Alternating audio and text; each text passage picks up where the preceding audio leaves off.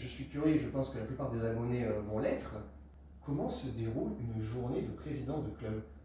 Alors, comme beaucoup de bénévoles, en fait, le maître mot, c'est conciliation. On concilie la vie professionnelle, la vie familiale, la vie associative.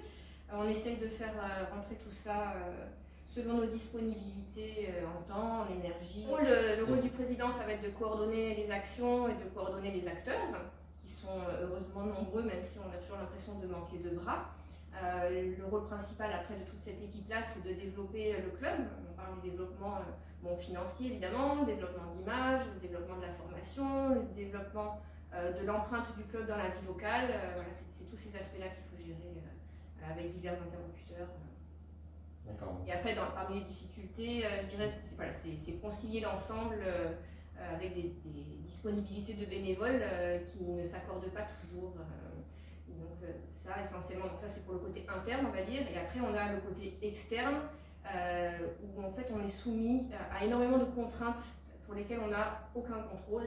Je vais parler des contraintes d'utilisation par exemple de la patinoire, donc le club n'est pas propriétaire, donc voilà, par exemple l'équipe première s'entraîne le matin tôt en semaine de 8h15 à 9h15 et quand on essaye d'intégrer des jeunes issus de notre formation, ils sont dans le lycée labellisé sport de Montpellier qui libère ses athlètes à 16h. Donc en fait, on a une incompatibilité et donc une difficulté pour les intégrer.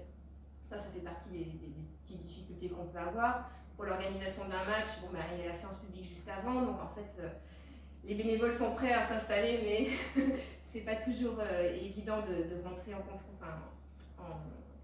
confrontation avec la séance publique. Voilà, il y a des petites choses comme ça, il y a les contraintes aussi imposées par la fédération.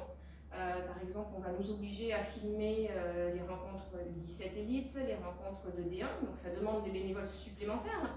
Donc voilà, c'est toutes ces contraintes-là qu'on n'est pas décideur et pour autant il faut les exécuter et ça nous rajoute beaucoup d'obligations.